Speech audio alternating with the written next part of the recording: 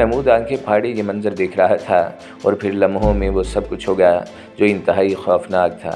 بھلا فیض بخش اور غفورہ کتوں کے مقابلے میں کیا دوڑ سکتے تھے؟ چند لمحوں میں کتے چھلانگیں لگاتے ہوئے ان کے قریب پہنچ گئے اور پھر انہوں نے غرا کر ان دونوں کو دبوچ لیا اور اپنے لمبے دانتوں سے ان کے نرخرے ادھیڑ کر پھینک دیے۔ پھر ان کے جسم کے مختلف حصوں پر حملے کرنے لگے۔ دونوں تڑپ رہے تھے اور زمین پر دھول اڑ رہی تھی۔ وحشی کتے ان کے پورے بدن کو چیر پھاڑ رہے تھے۔ ان کا دل، کلیجہ اور اندرونی اعضاء آنتوں سمیت چاروں طرف بکھر گئے۔ کتوں نے لمحوں کے اندر انہیں زندگی سے محروم کر دیا اور دونوں کی لاشیں ٹکڑے ٹکڑے ہو کر زمین پر بکھر گئیں۔ تب سلطان کی آواز ابھری، اور کیا تم اب بھی مجھے عظیم تسلیم نہیں کرو گے آغا ظفر محمود؟ ظفر محمود جو اس وحشت ناک منظر کو دیکھ کر چکرا رہا تھا، آنکھیں پھاڑ کر سلطان کو دیکھنے لگا اور بے ہوش ہو گیا۔ تب سلطان نے اپنے ڈرائیور سے کہا، واپس چلو۔ خوفزدہ ڈرائیور نے بڑی مشکل سے جیپ کا رخ تبدیل کر دیا اور جیپ ظفر محمود کی حویلی کی جانب چل پڑی۔ سائیں فیض بخش کی کہانی ختم ہو گئی تھی اور حالات ان کے خلاف نہیں تھے۔ ظفر محمود کے باقی بیٹے بہت خوش تھے کیونکہ فیض بخش کی وجہ سے انہیں بہت سی الجھنوں سے گزرنا پڑا تھا۔ اب چونکہ انہوں نے باپ کے غیر فعال ہونے کے بعد سارے کاروبار خود سنبھال لیے تھے، اس لیے فیض بخش ہی ان کے لیے سب سے بڑی رکاوٹ تھا۔ پھر ایک دباؤ بھی تھا کہ سلطان نے ان لوگوں کو نقصان پہنچایا تھا، لیکن اب سارے مسئلے حل ہو چکے تھے۔ ظفر محمود ابھی تک اعتدال پر نہیں آیا تھا کیونکہ اس نے اپنی آنکھوں سے وہ ہولناک منظر دیکھا تھا۔ کوئی ایک ہفتہ اسی طرح گزر گیا۔ سلطان اب وہ سلطان ہی نہیں رہا تھا۔ پہلے وہ شوخ، شرارتی اور کھلنڈرا سا لڑکا تھا، لیکن اب بہت مختصر عرصے میں بڑی کایا پلٹ ہو گئی تھی۔ آخرکار ظفر محمود کی حالت ٹھیک ہوئی اور اس نے سلطان کو طلب کر لیا، اور جب سلطان اس کے پاس پہنچا تو ظفر محمود نے کہا، مجھے بتاؤ گے نہیں تم کہ وہ سب کیسے کیا؟ وہ ہونا تھا آغا جی، وہ تو ہونا ہی تھا۔ بدقسمتی یہ ہے کہ آپ نے کبھی بھی سلطان کی عظمت کو نہیں پہچانا اور یہی آپ کی غلطی ہے۔ میں آپ کے صحت مند ہونے کا انتظار کر رہا تھا، یہ نہ سمجھے کہ اس چھوٹی سی حویلی اور آپ کی معمولی سی جائیداد کا لالچ میرے دل میں ہوگا۔ میں آپ سے پہلے بھی کہہ چکا ہوں کہ ایک عظیم انسان کے لیے یہ ساری چیزیں بے وقت ہوتی ہیں۔ میں جب چاہوں آپ کی اس پوری حویلی اور جائیداد کی قیمت ادا کر سکتا ہوں۔ اب مجھے اجازت دیجیے، آپ نے جو کچھ کیا ہے مجھے اس کا حل بھی تلاش کرنا ہے۔ ہاں، ایک بات اور بتا دوں آپ کو، وہ یہ کہ آپ کے پاس آستین کا ایک سانپ موجود ہے۔ جاننا چاہتے ہیں کہ وہ سانپ کون ہے؟ میں تمہاری بات سمجھا نہیں ہوں۔ تم نے جن باتوں کا تذکرہ کیا ہے وہ میرے علم سے باہر ہیں۔ بہت سی باتیں ایسی ہوتی ہیں جن کا نہ سمجھنا ہی بہتر ہوتا ہے۔ البتہ آستین کے سانپ کے بارے میں آپ کو بتا دوں، تمام بھائیوں اور باپ کو ایک جگہ جمع کر کے سلطان نے شکور کو طلب کر لیا۔ شکور کو اپنے بھائی کی موت کا علم ہو چکا تھا اور وہ شدید غم کی کیفیت کا شکار تھا۔ بات دور دور تک کسی کی سمجھ میں نہیں آئی تھی کہ فیض بخش کو کیا ہوگا۔ اچانک اس پر دیوانگی کے دورے پڑے تھے اور اس کے کتوں نے اسے بھمبوڑ کر رکھ دیا۔ کسی کا کوئی قصور کہا ہی نہیں جا سکتا۔ پھر ظفر محمود، جسے یہ بات معلوم تھی کہ سلطان نے کیا کیا ہے، پھر جب سب لوگ جمع ہو گئے اور شکور پہنچ گیا تو سلطان نے اسے کہا، شکورے، تیرے بارے میں کہا جاتا ہے کہ تو ظفر محمود کا سب سے وفادار آدمی ہے۔ تجھ سے ایک سوال پوچھتا ہوں، کیا تجھے عمران ظفر کی موت کا علم تھا؟ شکورے کا چہرہ زرد پڑ گیا۔ اس نے خوفزدہ نگاہوں سے ادھر ادھر دیکھا اور پھر سلطان کو دیکھنے لگا، لیکن وہی لمحہ اس کے لیے موت کا لمحہ ثابت ہوا۔ سلطان نے اسے اپنی آنکھوں کے سحر میں جکڑ لیا اور شکورے کے چہرے کے نقوش بدلنے لگے۔ کچھ لمحوں کے بعد وہ پوری طرح سلطان کے سحر میں آ گیا۔ سلطان کی خوفناک آواز ابھری، کیا تجھے عمران ظفر کی موت کا علم تھا؟ ہاں، اس نے کہا، اس وقت جب وہ ہلاک ہوا تھا۔ ہاں، اس وقت جب وہ ہلاک ہوا تھا۔ کیا تو اس سازش میں شریک تھا؟ نہیں، اس نے کہا۔ پھر تجھے کیسے بات معلوم ہوئی؟ مجھے میرے بھائی غفورے نے بتایا تھا۔ تو نے خاموشی کیوں اختیار کی؟ صرف اس لیے کہ دونوں گروہوں میں تصادم نہ ہو جائے۔ ہم ان کے درمیان ہونے والے تمام معاملات سنبھالتے تھے۔ عمران ایک حادثے کا شکار ہوا، اس پر جان بوجھ کر شکاری کتے نہیں چھوڑے گئے، لیکن وہ مر چکا ہے۔ تجھے اس بات کا علم تھا؟ ہاں، میں جانتا تھا، شکوری نے جواب دیا، اور ظفر محمود بے اختیار ہو کر اٹھ کھڑا ہوا۔ کتے، نمک حرام، نمک میرا کھاتا ہے، وفاداری دوسروں سے کرتا ہے، جان سے مار دوں گا تجھے۔ بہرحال شکورے کی اچھی خاصی پٹائی ہو گئی، لیکن ظفر محمود میں اتنی ہمت نہیں تھی کہ کسی کو جان سے مار سکتا۔ شکورے کو وہاں سے بھگا دیا گیا اور پھر سلطان نے اپنی واپسی کا اعلان کر دیا۔ اس نے کہا، میرا پتہ رکھ لیا جائے، جب بھی اگر آپ لوگوں کو کبھی میری ضرورت ہو، آپ کسی مشکل کا شکار ہو، مجھے اطلاع بھیج دیجیے گا۔ ایک بڑا آدمی آپ کو صرف دے سکتا ہے، آپ لوگوں کے پاس کچھ بھی نہیں جو اسے دیں۔ اور پھر وہ وہاں سے رخصت ہو گیا۔ سینے کی آگ شدت سے بھڑکی ہوئی تھی، اسے مہر النساء پر سخت غصہ تھا، پتہ معلوم کر کے آیا تھا اور یہ محض اتفاق تھا کہ یہ پتہ اس کی رہائش گاہ سے زیادہ فاصلے کا نہیں تھا۔ پھر جب وہ اپنے اعلیٰ درجے کی کار میں مہر النساء کی کوٹھی میں داخل ہوا تو مہر النساء، حسان اور اس کے دونوں بچے کوٹھی کے خوبصورت لان پر شام کی چائے پی رہے تھے۔ اس عالی شان کار کو دیکھ کر سب اس کی طرف متوجہ ہو گئے۔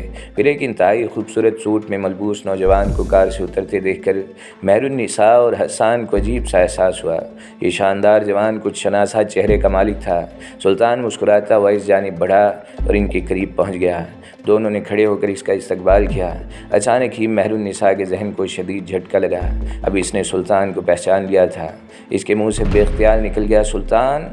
ہاں مہر النساء، جانتی ہو سلطان کسے کہتے ہیں؟ اوہو سلطان تم؟ خاموش رہو۔ ایک بڑا آدمی جب کسی سے مخاطب ہو تو تم جیسے چھوٹے لوگوں کو درمیان میں بولنے کی اجازت نہیں ہے، سلطان نے اسے ڈانٹتے ہوئے کہا۔ ویری گڈ، یہ اتنا بڑا آدمی ہمارے گھر میں کیا کر رہا ہے؟ حسان نے کہا۔ سلطان نے اب بھی اس کی جانب توجہ نہیں دی تھی۔ مہر النساء کے چہرے کا رنگ زرد پڑتا جا رہا تھا۔ دونوں بچے عجیب سی نگاہوں سے سلطان کو دیکھ رہے تھے۔ تب سلطان نے کہا، ہاں مہر النساء، پہچان لیا تم نے سلطان کو؟ میں نے تم سے کچھ کہا تھا حویلی سجاتے ہوئے، یاد ہے کیا کہا تھا میں نے تم سے؟ سلطان، انسان بنو، کسی کے گھر آ کر اس سے اس لہجے میں بات کرنا کیا کوئی مناسب ہے؟ حسان نے کہا۔ میں صرف ان لوگوں کو اہمیت دیتا ہوں جو مناسب عمل کا مطلب جانتے ہیں، مناسب عمل کرنا جانتے ہیں۔ غیر مناسب لوگ نہ تو میرے لیے قابل عزت ہوتے ہیں اور نہ ہی انہیں کوئی اہمیت دیتا ہوں۔ لیکن سلطان، آؤ بیٹھو، تم تو بہت شاندار ہو گئے ہو۔ شاندار میں پہلے بھی تھا اور اب بھی ہوں، فرق صرف تم لوگوں کی نگاہوں کا ہے۔ کیا جانو شان و شوکت کیا چیز ہوتی ہے؟ خیر تم مجھے باتوں میں لگانے کی کوشش نہ کرو، میں یہ پوچھ رہا ہوں کہ میں نے تم سے کچھ کہا تھا۔ میں نہیں جانتی کہ تم کیا کہہ کر گئے تھے۔ میں نے تم سے کہا تھا کہ میں تمہیں یاد دلا رہا ہوں کہ اگر 10 سال کے اندر میں واپس نہ آ جاؤں تو پھر تم آزاد ہو، اور تم یہ سوچ لینا کہ یا تو کوئی دوسری لڑکی میرے دل تک پہنچ گئی ہے یا میرا وجود اس دنیا سے اٹھ گیا ہے۔ 10 سال سے پہلے کسی سے شادی نہیں کرو گی، لیکن تم نے میرے حکم کی تعمیل نہیں کی۔ تم مجھے حکم دینے والے ہوتے کون ہو؟ میں حسان سے محبت کرتی ہوں اور حسان سے میری شادی ہو گئی، اب میرے 2 بچے ہیں۔ افسوس تمہارے اس عمل سے بہت سو کو تکلیف پہنچے گی، بہت سو سے مراد یہ بچے بھی ہیں اور یہ بے وقوف آدمی بھی، جسے ایک بار میرے ہاتھوں مار کھانے کے بعد بھی سمجھ نہیں آئی تھی۔ اس نے یہ نہیں سوچا کہ وہ لڑکی میری مطلوب نظر ہے جس سے وہ شادی کر رہا ہے۔ مارا تھا نا تمہیں حسان، میں نے اسی وجہ سے تمہیں مارا تھا۔ میں تم سے کہتا ہوں کہ بکو مت، مجھے مہر النساء سے بات کرنے دو۔ ہاں مہر النساء، میں نے تم سے یہ بھی کہا تھا کہ اگر تم نے ایسا کر ڈالا تو تمہیں شدید پچھتاوا ہوگا، تمہیں اپنے شوہر کو چھوڑنا پڑے گا، اپنے بچوں کو چھوڑنا پڑے گا، تم صرف میری ملکیت ہو، میں تمہارا حاکم ہوں اور تم میری محکوم۔ میں تمہیں تھوڑا سا وقت دے رہا ہوں، اپنے شوہر سے تم طلاق لے لو، اپنے بچوں کو تم شوہر کے پاس چھوڑ دو، یہ ان کی پرورش کرے گا، تم میرے ساتھ میری نئی دلہن بن کر میرے ساتھ آؤ گی، اور اگر تم نے ایسا نہ کیا تو۔ مہر النساء کو بھی چڑ ہو گئی، اس نے غصیلے لہجے میں کہا، تو تم کیا کرو گے؟ دیکھنا چاہتی ہو؟ اس نے کہا، دیکھو یہ ایک شریف آدمی کی کوٹھی ہے اور میں۔ حسان نے پھر کہا، لیکن سلطان بول پڑا۔ اس نے حسان کی طرف دیکھا اور بولا، ہاں تم ادھر دیکھ کر بات کرو۔ حسان نے غصیلے انداز میں سلطان کو دیکھا، لیکن دوسرے لمحے اچانک اس کے غبارے سے ہوا نکل گئی، آہستہ آہستہ اس کا چہرہ پھیکا پڑتا چلا گیا۔ تب سلطان نے کہا، تم زمین پر اوندے لیٹ جاؤ اور گدھے کی آواز اپنے منہ سے نکالو۔ حسان آہستہ آہستہ زمین پر بیٹھتا چلا گیا اور پھر اوندا لیٹ کر گدھے کی طرح چیخنے لگا۔ دونوں بچے کہکے لگا رہے تھے، مما ڈیڈی گدھے بن گئے ہیں، لیکن مہر النساء کے چہرے پر انتہائی خوف کے آثار اور وہ دہشت سے کئی قدم پیچھے ہٹ گئی۔ میں اگر چاہوں مہر النساء تو تمہارے ہاتھوں تمہارے شوہر کو قتل کرا دوں۔ تم لوگوں سے یہ پوچھتی پھرو کہ یہ بچے کس کے ہیں اور میرے قدموں میں آ کر تم میری غلامی کرو، لیکن یہ ایک ہی منصب نہیں ہوتا۔ میں اسی مہر النساء کو چاہتا ہوں جو بات بات پر مجھ سے لڑتی تھی، میرے ساتھ کھیلتی تھی، شرارتیں کرتی تھی۔ افسوس انسان دنیا میں بہت کچھ پا لیتا ہے، لیکن بعض چیزیں ایسی ہوتی ہیں جو خوشی سے اسے نہیں ملتی۔ میں تمہیں اصل حقیقت سے اپنانا چاہتا ہوں۔ میری آرزو ہے کہ تمہارے دل میں میری محبت جاگے اور تم دنیا کو چھوڑ کر میرے قریب آ جاؤ، مجھ سے کہو، سلطان غلطی ہو گئی، میں تمہیں سمجھ نہیں سکی۔ سمجھی مہر النساء، میں تمہیں چاہتا ہوں، تمہیں بھی مجھے چاہنا ہوگا، لیکن سچے دل سے۔ یہ ممکن نہیں سلطان، یہ ممکن نہیں، مہر النساء نے کہا۔ تو پھر میرا فیصلہ بھی سن لو۔ اپنے شوہر کو دیکھ رہی ہو گدھا چیخ چیخ کر آواز نکال رہا ہے۔ سلطان نے حسان کی طرف اشارہ کرتے ہوئے کہا، جو واقعی اتنی دیر سے مسلسل چیخ رہا تھا اور اب اس کی آواز بیٹھ گئی تھی اور گلا خشک ہو گیا۔ دونوں بچے باپ کی پیٹھ پر جا بیٹھے اور ٹک ٹک کر کے اسے گدھا سمجھ کر آگے بڑھانے کی کوشش کر رہے تھے۔ مہر النساء دوڑ کر شوہر کے پاس پہنچ گئی، بچوں کو ڈانٹ کر ہٹایا، اسے سہارا دے کر اٹھانے لگی، لیکن وہ مچل مچل کر زمین پر لوٹے لگانے لگا اور حلق سے جس طرح کی آوازیں نکل رہی تھیں نکالتا رہا۔ مہر النساء اسے روکنے میں ناکام رہی۔ بہت دیر تک یہ تماشا جاری رہا اور پھر حسان پر بے ہوشی سے طاری ہونے لگی اور کچھ دیر کے بعد اس نے سر زمین پر ڈال دیا۔ یہ کیا تماشا لگا رکھا ہے تم نے؟ کیا کر دیا ہے تم نے میرے شوہر کو؟ میں پوچھتی ہوں کیا کیا تم نے؟ مجھے بتاؤ، مجھے جواب دو۔ اور سلطان نے جلتی ہوئی آنکھوں سے مہر النساء کو دیکھا۔ اس وقت جب اس نے تمہیں آم توڑنے کے لیے درخت پر چڑھایا تھا، میں نے اسے مارا تھا مہر النساء، اور میں نے اسے کہا تھا کہ جو چیز میری ہوتی ہے اسے کسی کو چھونے کی اجازت نہیں ہوتی۔ میں نے اسے سمجھا دیا تھا، اس نے نہیں سمجھا۔ میرے اہل خاندان اور تم مجھے معمولی انسان سمجھتی ہو، دیکھ لو میں کتنا معمولی انسان ہوں۔ میں تم سے پھر بھی یہی بات کرتا ہوں، اگر تم یقین کرنا چاہو تو کرو۔ بتاؤ تم کیا چاہتی ہو؟ میرے پیر چاٹ سکتی ہو تم؟ غلط فہمی کے مریض ہو، جاہل جانور ہو۔ کون سی عظمت ہے تمہارے اندر؟ بتاؤ کون سی عظمت ہے تمہارے اندر؟